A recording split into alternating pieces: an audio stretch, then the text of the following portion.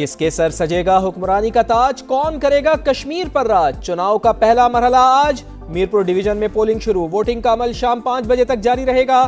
میرپور، کوٹلی اور بھمبر میں دنگل۔ 13 نشستوں پر پاکستان پیپلز پارٹی، مسلم لیگ نون اور استحکام پاکستان پارٹی میں کانٹے کا مقابلہ متوقع۔ 14 لاکھ سے زائد ووٹرز اپنا حق رائے دہی استعمال کریں گے۔ ڈویژن بھر میں 2454 پولنگ اسٹیشنز قائم۔ 1241 پولنگ اسٹیشنز انتہائی حساس اور 724 حساس قرار۔ سیکیورٹی کے سخت انتظامات۔ 18,000 سے زائد اہلکار تعینات۔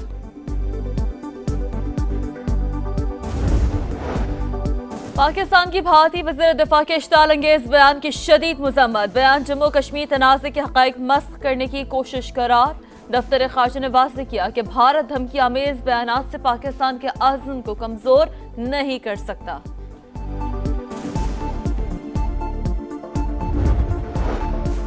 ایران امریکہ جنگ بندی کے عالمی مارکیٹ پر اثرات۔ خام تیل کی قیمتیں 5% گر گئیں۔ امریکی کروڈ آئل کی $85، برطانوی خام تیل $92.22 فی بیرل میں فروخت۔ پاکستان اسٹاک مارکیٹ میں 5,000 سے زائد پوائنٹس کی تیزی۔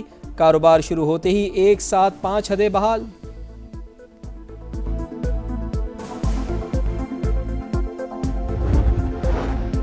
نشان حیدر کا پہلا اعزاز حاصل کرنے والے کیپٹن سرور شہید کا یوم شہادت۔ 1948 میں دشمن نے جارحیت کی۔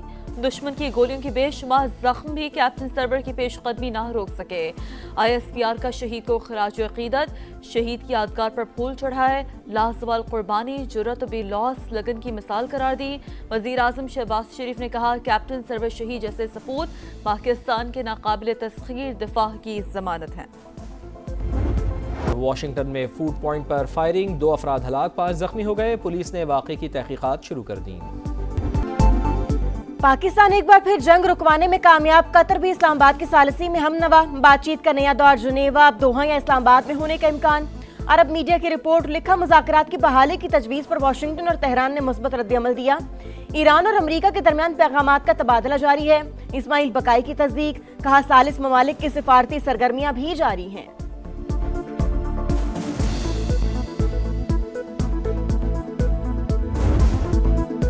جنگ میں بریک یا نئی حکمت عملی؟ امریکہ نے ایران پر حملے روک دیے۔ 2 ہفتے سے جاری فضائی کارروائیاں معطل۔ ایران جنگ پر امریکہ میں اختلافات۔ حملے جاری رکھنے پر نائب صدر اور عسکری حکام کو خدشات۔ JD وینس اور جنرل کین کا ایران سے جنگ بڑھانے پر احتیاط کا مشورہ۔ ہتھیاروں کے ذخائر تیزی سے کم ہو رہے ہیں۔ خطے میں طویل فوجی مہم کے وسیع خطرات ہیں۔ جنرل کین نے خبردار کر دیا صدر ڈونلڈ ٹرمپ کی مطالبات پورے نہ ہونے پر بڑی جنگ کی دھمکی۔ کہا اہداف پر سمجھوتا نہیں کیا جائے گا۔ 100% مقاصد حاصل نہ ہوئے تو حملے دوبارہ ہوں گے۔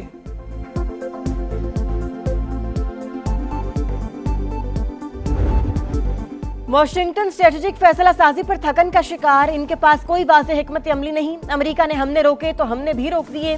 دوبارہ شروع ہوئے تو جنگ مزید پھیل جائے گی۔ ایران کا اعلان، امریکہ سے مفاہمتی یادداشت کے شقوں پر عمل کرنے کا مطالبہ۔ فوجی ترجمان کے مطابق امریکہ جنگ کے دوران اہداف حاصل کرنے میں ناکام رہا۔ ٹرمپ انتظامیہ اب نئی حکمت عملی بنانے کی کوشش کر رہی ہے۔ جب تک امریکہ حملے نہیں کرے گا ہم بھی نہیں کریں گے۔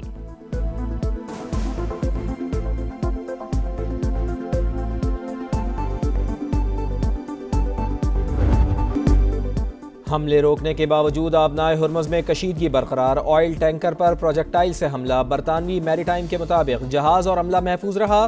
ایرانی میڈیا کی تردید، کہا مقررہ راستے سے ہٹنے کی وجہ سے آئل ٹینکر بارودی سرنگ سے ٹکرا کر حادثے کا شکار ہوا۔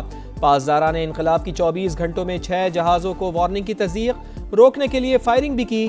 ایرانی پارلیمنٹ کا آبنائے ہرمز سے متعلق نئے قانون پر غور۔ ٹرانزٹ فیس کا طریقہ کار طے کیا جائے گا۔ امریکہ کی جانب سے تہران کی ناکہ بندی جاری۔ 12 تجارتی جہازوں کا رخ موڑ دیا۔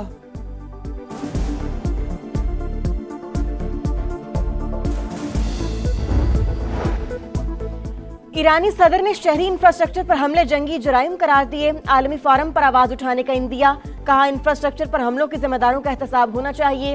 ایرانی وزیر خارجہ کہتے ہیں صرف امریکی اڈوں کو نشانہ بنا رہے ہیں، خطے کے ممالک کو نہیں۔ تنازع ختم ہونے کے بعد پڑوسی ممالک کا اعتماد بحال کریں گے۔ ایران کی بحیرہ کاسپین میں بحری جہاز پر یوکرینی حملے کی مذمت، ناظم الامور کو طلب کر کے احتجاج ریکارڈ کرایا۔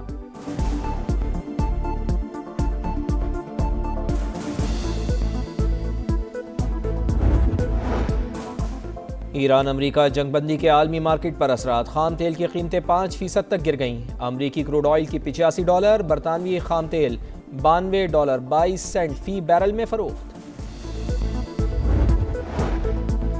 نائب وزیر اعظم اسحاق ڈار سے IAEA کے ڈائریکٹر جنرل رافیل گروسی کا رابطہ، تازہ ترین علاقائی پیش رفت اور باہمی دلچسپی کے امور پر تبادلہ خیال، امن و استحکام کے لیے سفارتکاری اور مذاکرات کی ضرورت پر زور۔ رافیل ماریانو گروسی نے UN سیکریٹری جنرل کے عہدے کے لیے اپنی نامزدگی کے متعلق بھی بتایا۔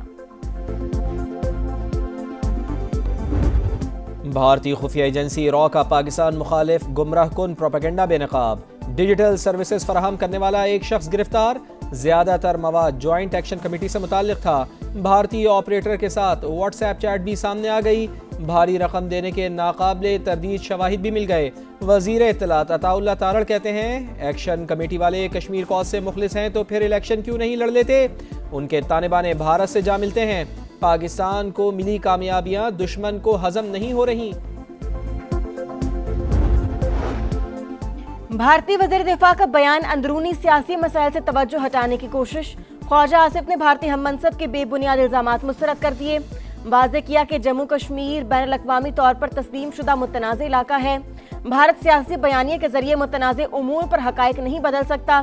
بھارتی حکومت کے بیانات خطے میں امن کے لیے نقصان دہ ہیں۔ 22,000 ارب روپے خرچ کرنے کے بعد یہ انسانوں کے رہنے کی بدترین جگہ بن گیا ہے کراچی۔ وفاق ہمارے پیسے نہیں روک رہا، وہ ہمارے پیسے برابر دے رہا ہے ہمارے نام پر۔ یہ جو ہماری سندھ سرکار ہے وہ آپ کے نام پر لیے ہوئے پیسے کو آپ پر خرچ نہیں کر رہی۔ وفاق ہمارے پیسے نہیں روک رہا مگر سندھ حکومت عوام پر خرچ نہیں کر رہی، نعروں سے حقوق نہیں ملیں گے، نظام کو اکھاڑ پھینکنا ہوگا۔ مصطفیٰ کمال کی للکار، کہا ایک وزیر اعظم اور 4 وزرائے اعلیٰ والا نظام ناکام ہو گیا، یہ اب مزید نہیں چلے گا۔ آئینی ترمیم صرف پیپلز پارٹی نہیں مان رہی، حکومت گرانے کی دھمکی دیتی ہے۔ ہمیں 28ویں آئینی ترمیم چاہیے، وزارت چھین لو لیکن لوگوں کو اختیارات اور وسائل دو۔ یہ عہدے مانگتے نہیں ہیں، جو عہدے کے لیے منع کرے اس کو دیا جائے، جو سازشیں کرے اس کو دیا جائے۔ سندھ حکومت کو گرائیں گے انشاءاللہ، ورنہ اور کسی کی اوقات نہیں ہے جسے گرایا جائے۔ جو عہدے کے لیے سازش کرے اس کو دیا جائے یا جو نہ مانگے اس کو دینا بہتر ہے۔ خالد مقبول صدیقی کا عہدوں کے خواہش مندوں پر طنز، کہا MQM نوازنے والی جماعت ہے، مانگ کے لینے والی نہیں، کسی کی اتنی اوقات نہیں کہ اسے گرایا جائے۔ سندھ حکومت پر بھی تنقید، کہا اگر سڑکوں پر نکل آئے تو ایوانوں میں بیٹھنے والوں کو نکلنا پڑے گا، سندھ حکومت کو گرائیں گے۔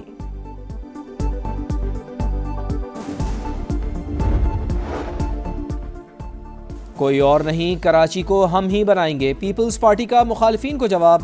ناصر حسین شاہ کہتے ہیں سندھ کی تقسیم کبھی نہیں ہوگی، شوشے چھوڑنے والوں کو سنجیدہ نہیں لیتے، الزام لگانے والے بتائیں وہ وفاق میں رہنے کے باوجود کون سا منصوبہ کراچی کے لیے لائے، مگر مچ کے آنسو بہانے والے PSDP دیکھیں کراچی کے لیے کتنا حصہ رکھا۔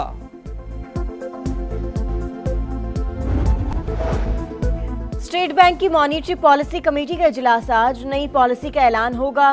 موجودہ شرح سود 11.50، تاجر اور صنعتکاروں کا شرح سود سنگل ڈیجٹ پر لانے کا مطالبہ۔ پنجاب میں مونسون بارشوں کا تیسرا اسپیل، لاہور سمیت بیشتر اضلاع میں گرج چمک کے ساتھ بارش کا امکان، نشیبی علاقوں میں اربن فلڈنگ اور فلیش فلڈ کا خدشہ، مری میں لینڈ سلائیڈنگ کا خطرہ، انتظامیہ کی سیاحوں کو محتاط رہنے کی ہدایت۔